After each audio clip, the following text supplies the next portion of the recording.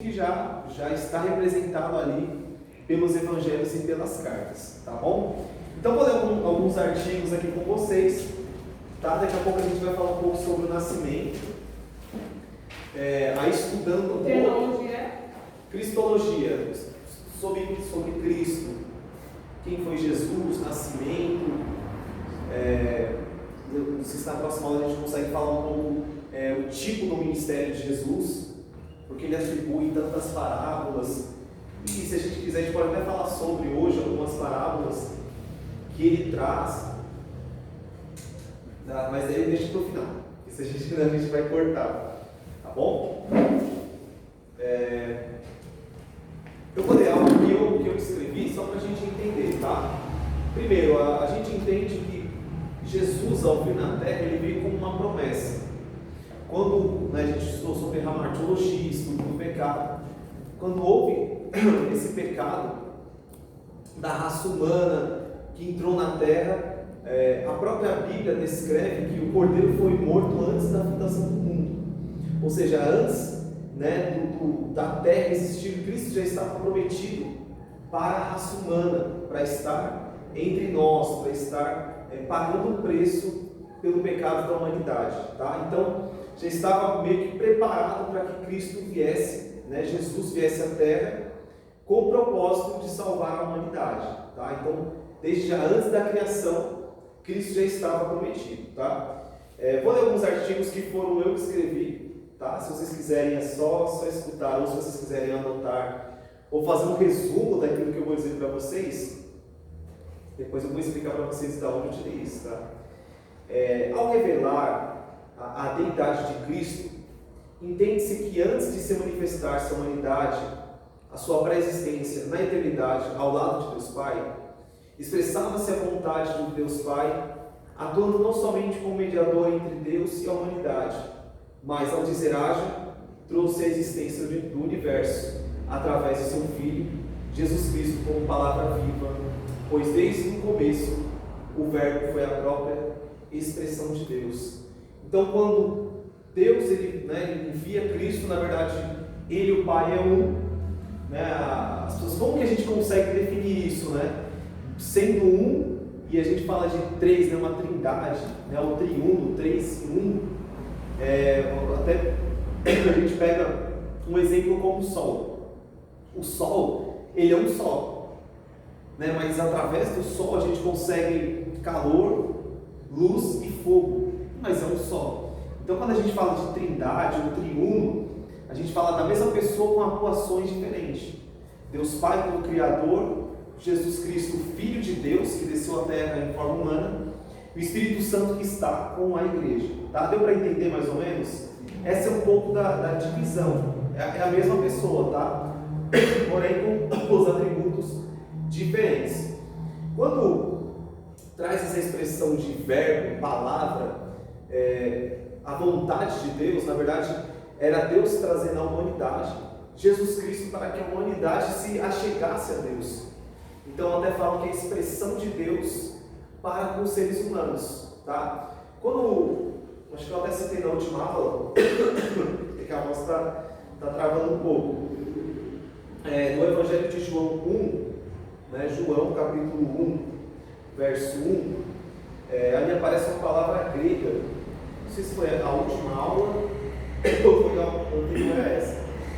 Se vocês até quiserem abrir lá, ou se vocês quiserem, eu cito para vocês. A gente sempre vai ficar no Evangelho de João várias vezes. Evangelho de João, vamos lá, 1.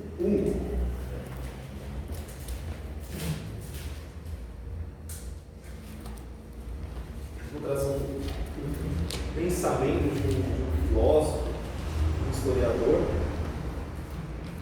Depois, se quiser até anotar para uma reflexão, por isso que vocês façam uma meditação. Quando a gente pega um pouco dos originais, vai mudando um pouco o sentido da palavra, A gente às vezes lê de uma forma, não digamos superficial, mas quando a gente pega uma tradução em outro idioma, às vezes muda o sentido até de uma frase, tá? Ou dá mais credibilidade a um verbo, a um personagem, Então, quando a gente pega nos originais, tem isso de interessante.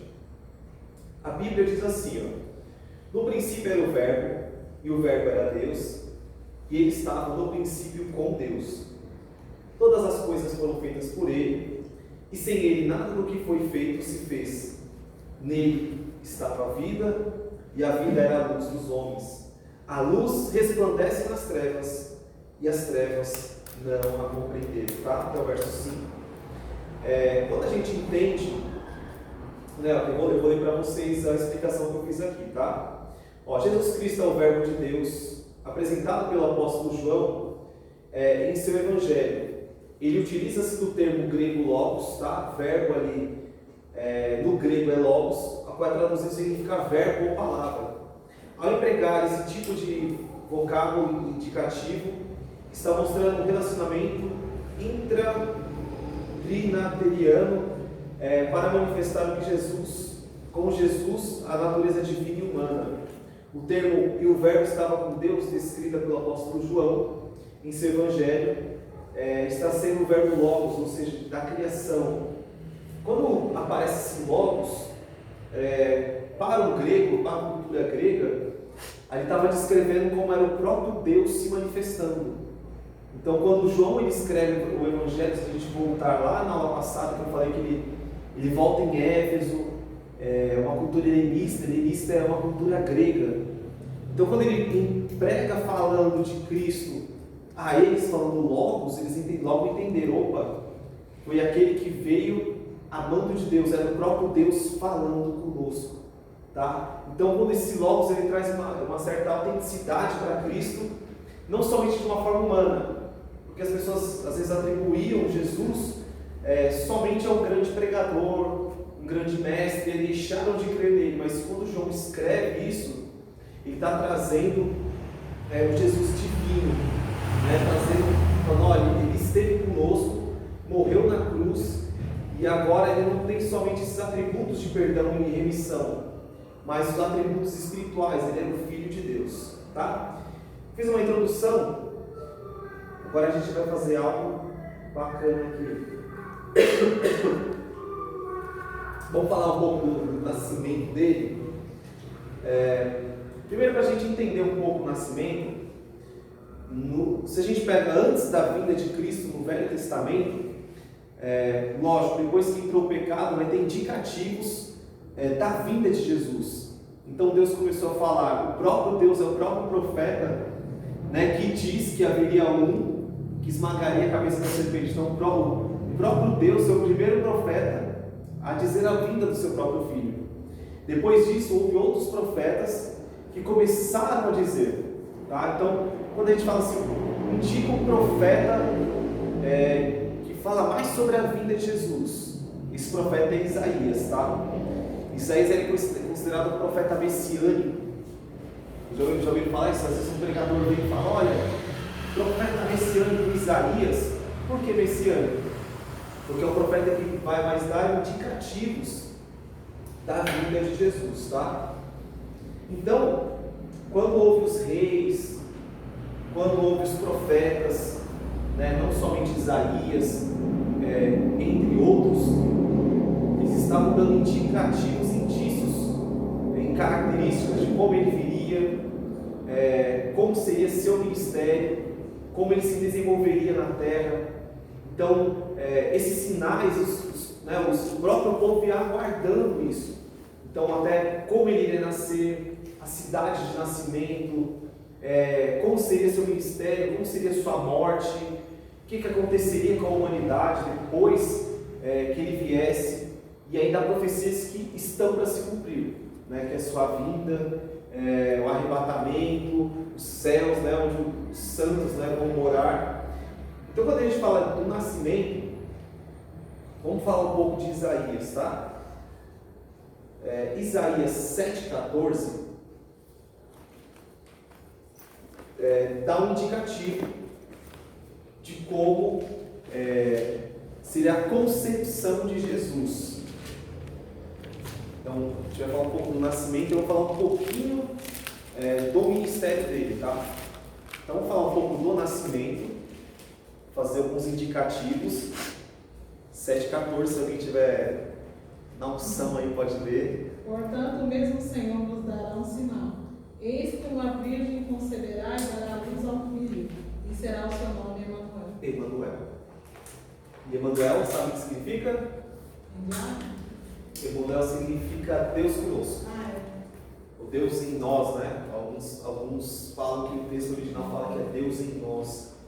Então seria um Cristo que estaria conosco. E a profecia para se cumprir deveria ser em uma virgem. Então a gente muitas vezes fala assim, ora, José é pai de Jesus? Tanto que Maria foi concebida pelo Espírito Santo. Então, como que por isso que a gente fala, ele é humano e divino. Ele é pai porque criou. José ele é pai porque ele acaba criando. É postiço. Ele acaba, tem essa atribuição divina, por isso que acabou vindo o Espírito Santo e Maria. Maria provavelmente devia ser uma espécie de uma adolescente, tá? Diferente da nossa cultura, naquele período dos 12, 13 anos, normalmente uma moça já era dada em casamento, tá? E às vezes com pessoas bem mais avançadas de idade. Coitada. Eu vou falar o que a história diz, mas eles dizem que ela tinha uma média de uns 15, 16 anos. Vai casar? Que ela concebeu Jesus mais ou menos nessa idade, de 14, 15, 16 anos, bem jovem. Então, e o que a estranheza é porque ela foi virgem e concebeu. Por isso que eu falei, por isso que ele tem essas duas naturezas, o Espírito Santo e Maria acabam concebendo. Então por isso que ele tem natureza humana e a natureza divina. Tá? Outros textos vão trazer o atributo. Vamos abrir agora, a gente faz um trabalho de pesquisa, hein? Miqueias, capítulo 5, verso 2, aí se vocês lembram da aula de bibliologia, Miqueias é um dos 12 profetas menores. Eu não lembro não. Não lembra? Eu tô meio esquecida. Os 12 profetas menores ficam aonde? Bem no final do Velho Testamento. Miqueias, capítulo 5, verso 2. Tá vendo? Quando a gente vai pegando os 12 profetas menores. É depois do quê? 5:2. 5:2. Foi de Jonas, mas. Achou? Nossa, rápido, hein? Vai pegando, você vai lendo, assim, você pega na prática. Pode ler. Olha lá, vamos lá, Evangelho. Na minha Bíblia não tem não. Não tem ideia? Acho que não cabe daí. Depois de Jonas. Mulher. Já passei Jonas Profeta que aqui. você gosta aí? Ah, sei. Profeta que você gosta, Jonas? É o quê? Você se identifica com ele ou não? Deixa eu ver. Não, com Pedro. Com Pedro? Depois eu te falo. É a pedra? Ai, meu Deus do céu. Nós vamos usar. E tu, pode ser ler? Pode ler, só o verso 2, tá? 5:2. E tu, Belém, Efratá, pequena demais para segurar como um grupo de milhares de Judá, e de ti me sairá o que há de reinar em Israel, cujo a origem são deste o tem contigo, desde os dias da eternidade. Aqui, por isso que eu falei, até o apóstolo Paulo, é interessante que ele fala que o Velho Testamento é a sombra do que haveria de vir. Então, esses sinais, assim, o nascimento virginal de Cristo, a cidade que ele haveria de nascer, tudo isso já foi profetizado, tá? Por que Jesus nasce em Belém? Porque houve uma profecia, não só do próprio Miqueias, mas também por causa de Davi. Porque Davi nasceu em Belém. Está sabendo que eles acabam se associando às profecias? Associando em que sentido? Davi foi rei e governou Israel. Aí vem Cristo com essa promessa que haveria de reinar. Então ele vem lá para Belém. Você pode ver, ele está em Nazaré. Mas algumas circunstâncias o tiram de Nazaré, faz ele cair em Belém para cumprir a E as profecia. pessoas falam Jesus de Nazaré, mas ele nasceu em Belém. Nasceu em Belém. Ele é belemita. Então ele sai de Nazaré, vilarejo de 300 a 600 moradores, e vem. Nazaré era muito ruim. Oi? O lugar era considerado ruim. Eles falam que era um pequeno vilarejo. Então, para os judeus era meio desprezado. Tanto que quando Jesus está pregando, eles falam, mas pode vir algo bom de Nazaré? Pra você ver, né, como que as pessoas são. Mas a cidade era longe uma da outra, era, né? Era 25 quilômetros. Então, é que as cidades eram próximas. Que nem você pega até Anatote, Samaria, Judéia para Galiléia tinha uma quilometragem, mas normalmente não ficavam muito longe. Tinha Jerusalém no centro e ficavam esses pequenos vilarejos, só que andavam muito, né? A gente chegou a ver, ele mostrou um mapa e tudo esse texto aí. Não, é que eu já estava assistindo sobre isso e estava passando a quilometragem, né? 25 quilômetros, essas coisas. É que de Nazaré, eles fazem, quando eles fazem a medida, eles fazem de Jerusalém até lá. Agora eu não estou lembrado quantos quilômetros devem ser, mas para a gente não deve ser muito longe. Tá? Mas eu acho que dá para desgastar o Mas se eu não me engano, Nazaré fica na Galileia, né? Eu lembro que mostrou nos mapas que tinha. Se eu não me engano, Nazaré é lá em cima, na parte de cima do mapa, né? Não, Na quando ele saiu Galileia. de lá, tá muito, né? Pra ir pra... Porque tem que passar por Samaria, descer na Judéia e chegar em Jerusalém. Por isso, quando ele sai de Nazaré, ele já vai para Galileia. É que eu lembro que ele tinha mostrado. Eu acho que Nazaré está aqui para cima. Deixa eu ver. Galileia, Ou Belém. eu errei feio. Se eu não me engano, é aqui para cima. Que aí, tanto que Jesus ele tem muita familiaridade pela Galileia. Que ele vai escolher 11 dos seus discípulos ali. Só Judas que não é galileu.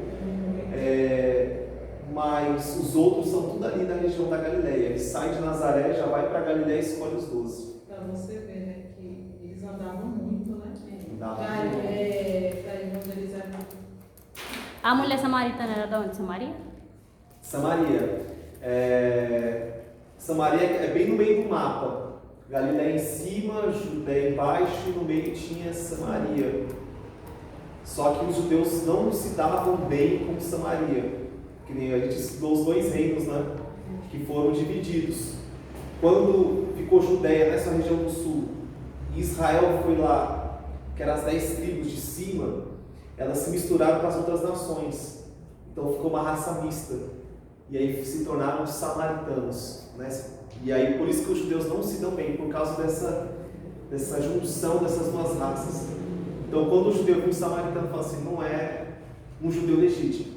Então por isso que eles meio que desprezavam os samaritanos. É por isso que Jesus mandou os discípulos ir comprar pão onde estava lá. Foi, para não dar nenhum tipo de preconceito. Então teve esses prelúdios. Quando a gente fala em Belém, tem o nascimento. Só que a gente fala onde ele nasceu?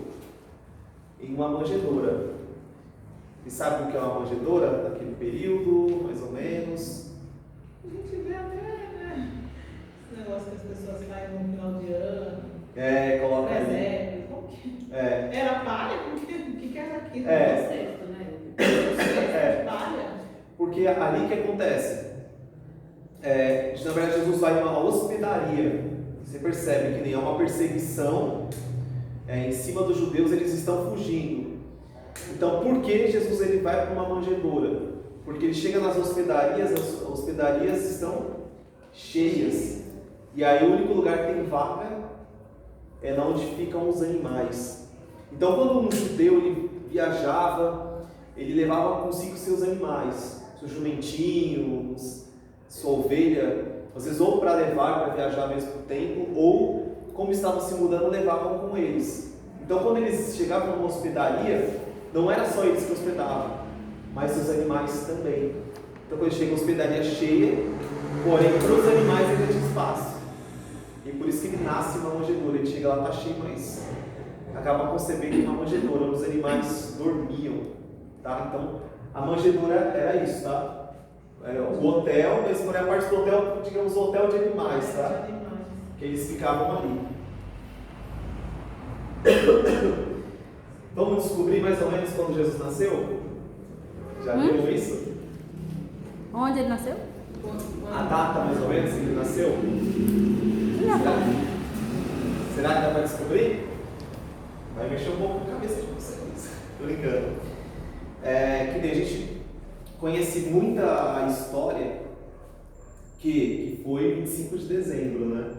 Todo mundo fala, ali é o Natal, né? Ali foi que Jesus nasceu. Então, como que chegaram a essa conclusão? Sempre que eu falei sobre aquela linha do tempo, que chegaram a um calendário chamado Gregoriano, no 6º século, ele que colocou esse calendário, tá? Então, sempre que eu falei assim, Jesus nasceu antes de Jesus, Foi. 4 anos antes. Então, vamos lá. Como que a gente descobre isso? O ano a gente consegue descobrir só por aquele estudo que a gente fez na aula passada. Então, ficaria na média entre 4 e 5 anos antes do nosso, contando agora, tá? De 4, o ano. De 4 a 6 anos antes de Cristo. Como é que eu falei que houve um erro do próprio Gregório, que fez o calendário que a gente conhece de agora, tá? O calendário que a gente segue não é um calendário judaico. Eu acho que o calendário judaico está no 7.779, se não me engano, esse ano, no calendário judaico. O nosso está em 2021. Então seria lá, digamos que seria lá, o nosso ano deveria ser 2025, 2026, tá?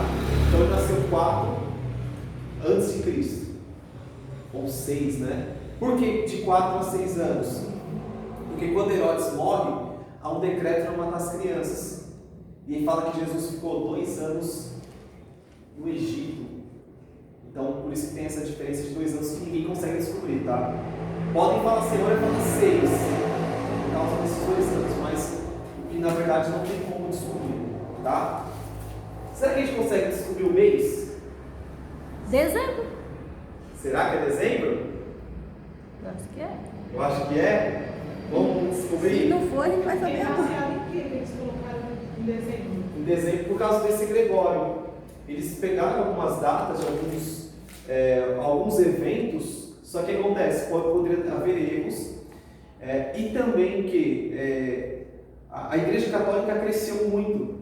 Só que a Igreja Católica, qual que é os atributos até dela hoje? É a tradição. Então, vamos supor, a tradição diz. Às vezes não procura saber, mas a tradição diz que é assim. Então Constantino, que foi, né, depois de Constantino, que é o fundador verdadeiro e legítimo da Igreja Católica, entre os papas, ele que traz isso, datas de Jesus, que houve um dia de nascimento certo, uma data certa, colocou o Dia dos Finados. O Dia dos Finados foi criado pelo Papa Leão X, se não me engano, 1512. Então foi colocado e implantado na Igreja Católica todos esses feriados, tá?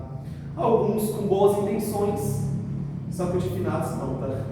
De finados era o purgatório, era o dia de depositar por uma alma penada no inferno.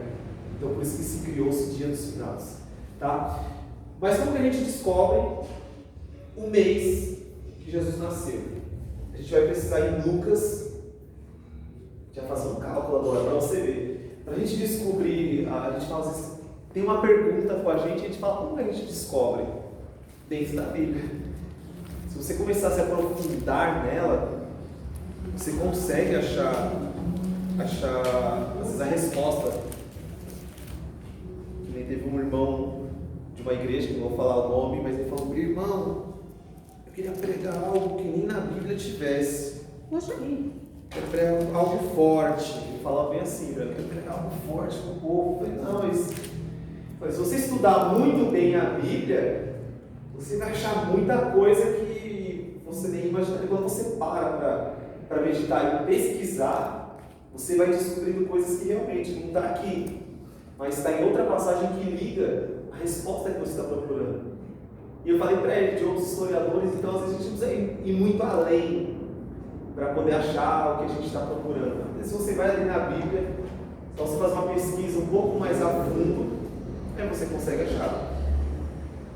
Tá bom? Ó, Lucas capítulo 1, verso. Vou fazer o capítulo, né? Lucas capítulo 1, verso 5, tá?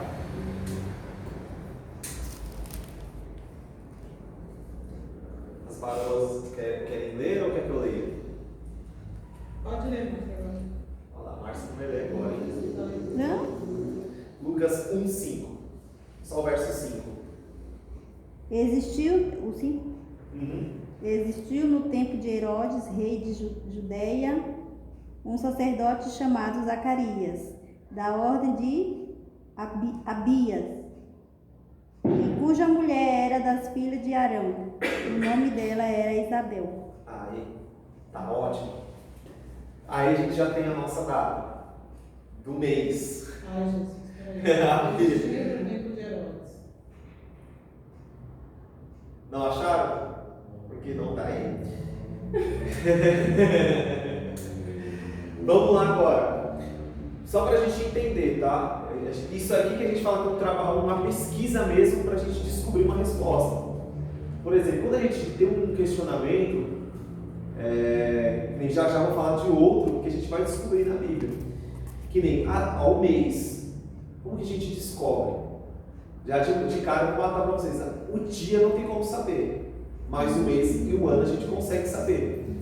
Por que a gente consegue descobrir o mês? Vamos lá, você viu que está falando que é pela ordem de Abias. Vocês viram que tem o nome Abias aí? Tá. Vocês querem descobrir onde está isso na Bíblia? Vamos lá, acho que agora só a irmã abre ali. 1 Crônicas 24:10. 1 Crônicas 24:10. Vocês já fizeram isso alguma vez ou não? O quê? Fica um aqui, outro ali, aí você mata um ponto. Então às vezes você vai pregar. Que nem você até citou a mulher samaritana. Então como que eu faço para pregar sobre ela? Eu tenho que descobrir o que o texto está me dizendo ali. Por que a fonte de Jacó foi herdada por Jacó? Então você vai lá no Velho Testamento e procura como que aquela fonte surgiu. Como surgiu o povo samaritano? Essas ligações que vão trazendo a resposta para o texto. Então a gente está meio que treinando isso hoje, tá? Quando vocês forem pregar também. Alguns objetos que aparecem, às vezes eles religam. 1 Crônicas, capítulo 24, verso 10. Se quem quiser ler. Deixa eu só. 1 Crônicas 24, 10. O meu tá 7:18. Está alguma coisa errada. A sétima a Acós e a oitava a Abias. Pronto. A sétima é o quê? Bom, agora eu vou explicar para vocês. Agora a gente descobre, tá? Vou parar de enrolar. Quando a gente pega, que nem Davi, porque Davi é muito lembrado como o levita, né? O adorador. Porque diferente dos outros reis ou do padrão de culto, Davi introduziu um louvor. Introduziu louvor dentro dos cultos, né? Por isso que ele é conhecido como salmista, as suas expressões no culto. E ele pegou os sacerdotes e dividiu em 24 turnos. Então, ou seja, a cada 15 dias tinha um grupo de sacerdotes. Quando você vê Abias, era um sacerdote e sua família. Então, vamos supor, hoje a pastora Elisângela está responsável pelo culto. Quando falava isso, não era só ela, era ela, a família dela, os filhos, todos eles participavam. Daqui 15 dias vai vir a Márcia, mas não era só a Márcia, era ela e a sua família, o grupo. Tá? Então, a cada 15 dias, 24 dividido por 12, a cada 15 dias tinha um sacerdote ali. Quando a gente vê ali pela ordem de Abias, o oitavo, se não me engano, o oitavo ou o sétimo? Oitavo. A gente está falando do mês de abril. Então Jesus nasceu em abril? Não, ainda não chegou a resposta. Agora vai chegar a resposta. Isso é justamente para a gente pensar. Então, provavelmente em março, abril, o que acontece quando Maria visita Isabel? Isso que eu trouxe o texto lá de Lucas 5:1. Agora Maria chega na casa de Isabel, Isabel está com quantos meses? Já com João Batista na barriga? 6 meses. Aí só você regredir agora 6 meses. Então, se você regredir lá de abril, março, fevereiro, janeiro, dezembro, novembro, setembro, outubro. Na verdade, Jesus nasceu em outubro. Você viu que um cálculo foi ligando no outro para a gente chegar na resposta. Então, a história diz que foi no mês de novembro. Por que eu fiz tudo isso? Aliás, novembro não, outubro. Ah, tá. Outubro. Por que eu trouxe tudo isso? Para a gente fazer pesquisas. Você vê, dentro da Bíblia, você tem uma dúvida. Que nem, será que os discípulos de Jesus eram velhos? Eram novos? Será que dá para a gente saber até a idade dos discípulos de Jesus? Será que dá, não? Acho que dá, faz os cálculos aí. Dá para a gente saber. Lógico que não é algo comprovado, tá? Mas a gente consegue o quê? Pela própria Bíblia. Sempre daquela cena que quando Jesus está ele e Pedro, e aí chegam os romanos para cobrar impostos, e aí Jesus fala: Pedro, vai lá, pesca, pega uma moeda, paga para mim, né? Jesus falando, paga uma para mim, tributos a mim e a você. Aí a pergunta do texto é: por que ele não pediu para pegar os outros 11? Já perceberam? Por que não? Se todo mundo tem que pagar imposto, por que só Pedro e Jesus têm que pagar? Vocês já perceberam ou não? Deu para entender, Márcia, ou não? Não, continue. Não, assim, ó. Você pega o texto, Ele era Jesus... maior? porque que nem Jesus ali já tinha acima dos 30. Deve ser, porque os outros pagam. E aí, o que acontece? Que idade começava a pagar imposto? Acima dos 20. Então quer dizer que eles eram os mais novos. Eles provavelmente, isso não pode ser uma afirmação para você pregar, mas para um estudo é legal. Que provavelmente, garantido mesmo, 10 deles tem em média até 20 anos de idade. Você vê no texto, se fosse os outros falando, não, Pedro e João pagaram impostos. O autor não ia esquecer de citar o nome para ser autêntico. Mas ele fala que só Pedro. Então 10 é garantido. O único que é questionável é Mateus Levi, porque ele era um ex-cobrador de impostos. Mas até nos filmes Pedro sempre é mais velho. Sempre é mais velho. Então, eu acho que ele já faz, né? Por isso que provavelmente até a liderança ortogada a ele, porque provavelmente ele era um dos mais velhos da turma, né? Então, por isso que às vezes até a liderança, Jesus entregando a liderança da igreja. Por isso que ele era mais chatinho. Não era tão velho, mas acho que devia ter. Não, mas como ele se achava que era mais velho, então ele se pode na casa. Às vezes pode acontecer isso. Então quer dizer que os outros eram os mais novos. Eram mais novos. E também, por isso que eu falo, é legal a gente fazer isso. Por quê? Porque também dos 15 a 17 era a época de um jovem escolher ser discípulo de alguém. Então a tradição vai dizer que, se vamos supor, você passou, fez todo o clero religioso, e aquela parte ali, dos 15 aos 20, era a hora de escolher quem você queria ser, tipo, ser discípulo de alguém, de um rabino, de um sacerdote, de alguém influente. Então ali se escolhia ser discípulo de alguém. Então quando Jesus chama jovens, tá? Isso aí eu posso falar assim, vou pregar num púlpito, porque a gente atribui na Bíblia, a gente consegue achar isso, mas a gente não consegue trazer tantos dados históricos. A gente usa mais o que a Bíblia do Velho Testamento está dizendo e uma dedução do que poderia ser, tá? Então provavelmente Pedro e Mateus eram acima dos 20. Mateus poderia ser mais novo, tá? Por que não pode se comprovar? Porque o próprio Mateus, ele era cobrador de impostos. Então, quem era cobrador de impostos era isento de impostos. Não pagava. Mesmo se convertendo, e também ele era rico, Então, às vezes também não Ele dava calote. dava meio calote, né? Mas acabava não pagando. É que nem Paulo tinha a cidadania romana. Por mais que ele se converteu, mas ele era um cidadão romano. Ele tinha umas regalias do governo, né? Mesmo se convertendo. Então, o próprio Mateus, quando se converte, acontece isso.